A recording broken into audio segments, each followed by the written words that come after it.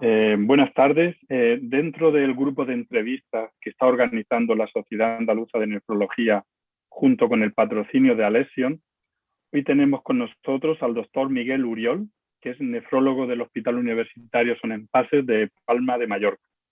Él es responsable de la unidad de enfermedades glomerulares de dicho hospital y hoy no podía faltar aquí porque el objetivo de estas entrevistas es resaltar lo importante que es un grupo multidisciplinar para el tratamiento de esta enfermedad. Y ellos fueron pioneros, ellos fueron los primeros que vieron las ventajas de trabajar junto con otros especialistas. Y además tienen mucha experiencia, ya tienen publicaciones sobre el tema. Miguel, buenas tardes. ¿Por qué tenemos que trabajar junto con nuestras especialidades? ¿Por qué tenemos que trabajar a formar estos grupos multidisciplinares? ¿Qué ventajas nos aporta? Buenas tardes, Mario. Gracias por la invitación y lógicamente pues es un placer y un honor estar esta tarde aquí con vosotros. Respecto al por qué trabajar en un equipo multidisciplinar, creo que todos somos conscientes que cuando se habla de la microangiopatía trombótica estamos hablando de pacientes que puede afectar a pacientes de diferentes especialidades, prácticamente todas las especialidades médicas. Por otro lado, sabemos que en muchas ocasiones los diagnósticos serán complejos, porque esto es la propia esencia de la microangiopatía trombótica, no afectará solamente a un órgano, sino a muchos. Por otro lado, sabemos que necesitamos contar con un diagnóstico precoz, porque esto es crucial a la hora de intentar mejorar los resultados clínicos. Y lógicamente, después del diagnóstico, vamos a necesitar de tratamiento, no solamente tratamientos dirigidos para la microangiopatía trombótica, sino también tratamientos dirigidos para el mantenimiento, necesidad posible de los pacientes en unidad de cuidados intensivos. Entonces, lógicamente, al principio de la creación del grupo, esta fue una de las primeras reflexiones. ¿Nos podemos enfrentar solos? Y la respuesta quizás sea sí, pero sería un camino demasiado duro para llevarlo solamente desde el punto de vista de nefrología, ¿no? Sí, sin duda, Miguel. Otra cuestión. ¿Tú piensas que la microangiopatía está infradiagnosticada? Eh, Porque son casos muy raros, unos ven más pacientes. ¿Piensas que está infradiagnosticado? Y esto nos puede ayudar, por supuesto. Sí, nosotros, precisamente antes del inicio de la creación del equipo multidisciplinar, íbamos atendiendo a los pacientes, pues el nefrólogo sus pacientes, el hematólogo sus pacientes, pero en un momento determinado empezamos a plantearnos la necesidad de hacer necropsia. Dijimos, mira, tenemos un paciente con una cirrosis que ha tenido una afectación neurológica y ha fallecido. Entonces se decidió hacer necropsia. También se pudo hacer necropsias en algún paciente en el que se consideraba que había muerto por una sepsis fulminante. Y la sorpresa fue que efectivamente debajo de estos diagnósticos se encontraron casos de microangiopatía trombótica y habían sido fulminantes con una evolución demasiado rápida. Esto despertó en nosotros, primero, el hecho de plantearnos todos los pacientes con situaciones clínicas o analíticas similares a una microangiopatía trombótica pueden tener una microangiopatía trombótica. El caso más claro es el cirrótico, que ya tiene una anemia, una plaquetopenia, un consumo de aptoglobina porque no la produce el hígado. Y si además tiene un deterioro neurológico, las probabilidades clínicas de plantearse que el paciente tiene una encefalopatía hepática son muy altas. Si esto se acompaña a un fracaso renal, tendríamos el diagnóstico de un síndrome hepatorrenal y si fallece sería un síndrome hepatorrenal de tipo 1 y si no se es una necropsia, ese podría ser el diagnóstico final o el diagnóstico de defunción. Las necropsias nos aportaron esto, nos dijeron, mira, no, parece que puede haber algo más.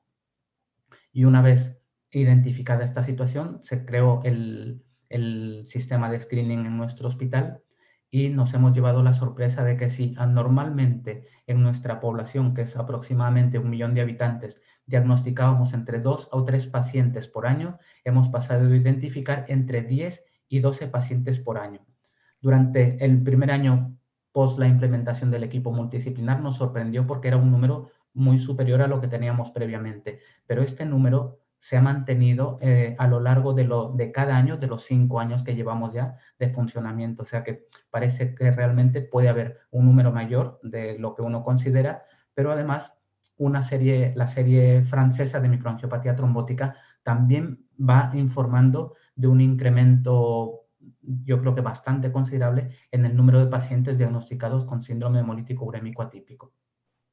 Sí, muchas gracias, Miguel. Realmente no conocía estos datos y estos dos casos y me son para mí muy interesantes. Yo siempre he pensado que en la cirrosis y en la sepsis podrían existir datos de microangiopatía, son muy interesantes. Otra pregunta, Miguel. La microangiopatía sistémica es una enfermedad sistémica, microangiopatía trombótica, perdón. Vosotros sois los que mejor habéis visto este problema. ¿Cuáles son las manifestaciones extrarrenales de la microangiopatía trombótica? En nuestro grupo, la verdad que hemos tenido bastante suerte y hemos intentado reunir a diferentes especialistas porque los microtrombos, la formación de microtrombos no es específica de los riñones, como acabas de comentar, es sistémica. Entonces, si es sistémica, deducíamos que podría haber afectación clínica en otros órganos. Hemos tenido la suerte nosotros aquí en nuestro hospital de contar prácticamente desde el principio de la creación del equipo multidisciplinar con el servicio de neuroradiología. Y ellos, por un lado, nos han enseñado cómo tienen unas técnicas realmente avanzadas en cuanto a capacidad diagnóstica. Tienen técnicas que pueden definir la presencia de microsangrados, de microisquemia, y esta situación para nosotros en un paciente agudo, en el cual, lógicamente, a veces es difícil hacer una biopsia renal por la plaquetopenia, nos ha informado de que puede haber hasta un 40 o un 50% de pacientes con afectación neurológica. Y de ahí es de donde hemos echado un paso hacia atrás.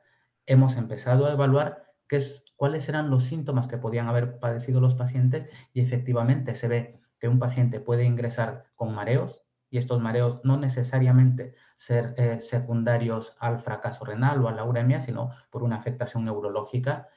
La cefalea es otro síntoma neurológico que muy probablemente podríamos no asumir como que se trata dentro del síndrome hemolítico urémico. Dato curioso, ya que la cefalea en sí, por ejemplo, en la preeclampsia, que es otra etiología que comparte similar fisiopatogenia, en esto sí que hace que se considere una preeclampsia grave. También hemos identificado pacientes con visión borrosa, con los cuales posteriormente se ve que hay una afectación retiniana. Existe, y esto ya lo conocemos mucho, ¿no? Los episodios de diarreas, que en el campo del trasplante muchas veces se atribuía directamente al micofenolato y esperábamos hasta plantearnos que realmente esto fuera una afectación intestinal. Entonces, sí que en estos casos decimos, no debemos comportarnos como especialistas del riñón, sino como nefrólogos y estar abiertos porque realmente el espectro de sintomatología puede ser muy variado. Claro. ¿Hay alguna exploración específica que tú recomendarías para encontrar estas manifestaciones extrarrenales en alguno de estos órganos? Lo que estamos haciendo, bueno, ahora lo hacemos menos. Durante el principio de la creación del equipo multidisciplinar, al ser una situación bastante desconocida, mediante la implementación de la neuroradiología, inicialmente los hacíamos por protocolo a todos los pacientes, hasta que efectivamente dijimos, mira, se cumple que prácticamente la mitad de los pacientes, incluso teniendo una afectación clínica leve, tienen lesiones que pueden considerarse moderadas. En ese aspecto, para nosotros lo más importante, porque nos da una información rápida, con una prueba no cruenta, consideramos que la neuroresonancia puede dar una información tremendamente valiosa, con mucha capacidad que además luego hemos visto no solo es diagnóstica, sino pronóstica. Y ese es uno de los datos en los que nosotros echamos mano para intentar identificar otro tipo de afectación extrarrenal. De las necropsias, que yo creo que es algo que debemos intentar luchar porque se hagan en aquellos pacientes en los que tenemos dudas, también nos ha mostrado datos interesantes que luego, correlacionando con los datos analíticos, nos han dado una posible explicación alternativa. Por ejemplo, cuando tenemos un paciente con microangiopatía trombótica, síndrome hemolítico urémico, es habitual encontrar elevadas las enzimas hepáticas, es habitual encontrar la LDH elevada. Y siempre decimos, es porque está hemolizando. Precisamente de las necropsias, y cuando nosotros hemos identificado y se han observado los microtrombos en el hígado, hemos pensado que una parte probablemente podía ser por hemólisis, pero otra parte podría ser por trombosis hepática. Y el mismo fenómeno nos ha pasado con la lipasa. Siempre decimos que cuando hay un fracaso renal, la lipasa está aumentada porque existe una disminución en su eliminación.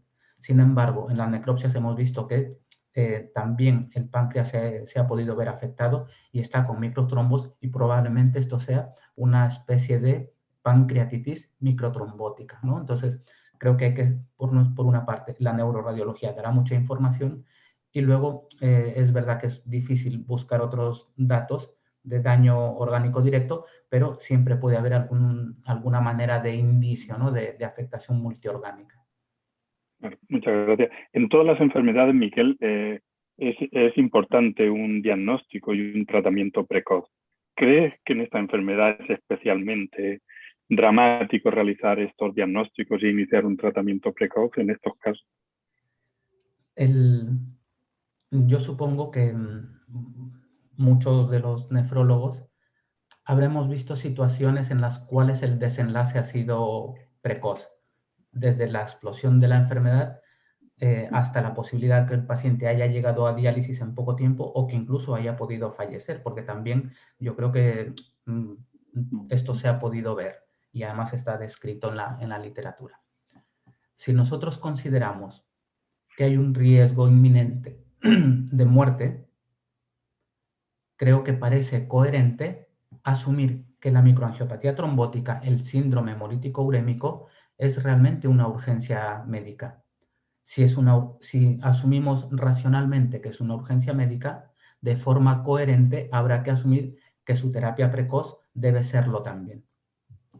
En este aspecto, sí que se ha visto y ya se han descrito ambas vertientes. Por un lado, la efectividad de una terapia precoz, y por otro lado, los resultados poco óptimos de una terapia tardía, inclusive cuando se ha utilizado fármacos de alto impacto como es el eculizumab. Muy bien. ¿Y estos tratamientos y estos diagnósticos precoces, crees que son efectivos? ¿Crees que podemos ahorrar costes, que realmente es un problema en todas las esferas de la medicina? Sí, una de las circunstancias especiales que tienen los pacientes con microangiopatía trombótica de forma histórica era que prácticamente la mitad o fallecía o se quedaba en diálisis.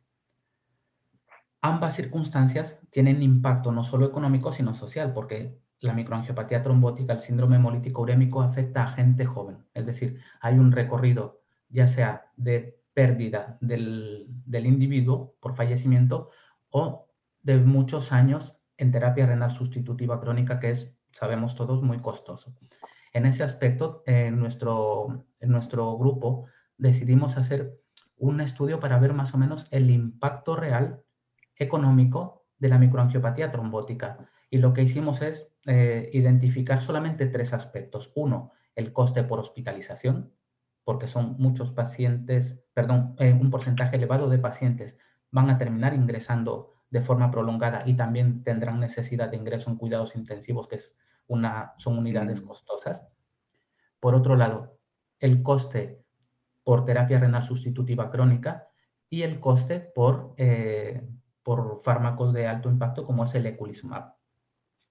Lo que vimos es que la identificación precoz y su tratamiento nos ha permitido ahorrar por paciente año aproximadamente el 50%. Desconocíamos que antes de la implementación del equipo multidisciplinar, un solo paciente al sistema sanitario por año podría costarle cerca de 300.000 euros por ingresos, por reingresos, por terapia renal sustitutiva y en los casos que se necesitará otras terapias por estos costes, ¿no? Entonces, tenemos realmente o tenemos que trabajar con pacientes posiblemente uno de los más costosos para el sistema sanitario y lógicamente hemos visto que la terapia precoz tiene un impacto muy importante reduciendo no solo los costes económicos, sino que mejorando los resultados clínicos, ¿no? Que eso es tremendamente importante. Muy bien, Miguel. Y por último, a todos os he mandado que me clasifiquéis qué es para vosotros más importante, unos parámetros analíticos o la histología. Realmente cada uno lo ha contestado de una manera. En tu orden, solamente me llama la atención que colocas en último lugar las lesiones histológicas. Evidentemente, ya te digo que no hay dos iguales, ¿eh? Pero ¿por qué? ¿Por qué es eso? Sí, cuando he leído la lista, lógicamente he pensado, aquí tiene que haber alguna trampa. Hay algo que se escapa y que no lo estoy identificando. Pero al final, la conclusión que he tenido de la lista que has mandado es que hay dos respuestas posiblemente para mí. Una, si había que identificar la lista por grado de certeza, indiscutiblemente ganaría la histología. Y eso es así. Pero si nosotros estuviéramos los dos dentro de una sala de urgencias en estos momentos y viene un paciente, ¿cómo empezaríamos a tirar del hilo respecto a su microangiopatía trombótica? Y lógicamente en nuestro screening está primero una anemia, una hemoglobina baja, luego unas plaquetas bajas. Si luego se acompaña de un daño de un órgano, que sería alteración de la creatinina, si esto se cumple, entonces ya buscar los esquistocitos, ampliar la situación o los datos de posible hemólisis, buscar lógicamente la aptoglobina, los valores del LDH y seguramente cuando se pudiera ya hacer la confirmación histológica. Sí, tienes toda razón. Evidentemente depende del momento en que veamos al paciente, un parámetro puede ser más importante o no. Pues nada, Miguel, muchas gracias. Agradecerte tu presencia en mi nombre y en el nombre de la Sociedad Andaluza de Nefrología y del patrocinio de Alexion. Muchas gracias, Miguel, por tu presencia y por ilustrarnos con esto. Muchas gracias a vosotros.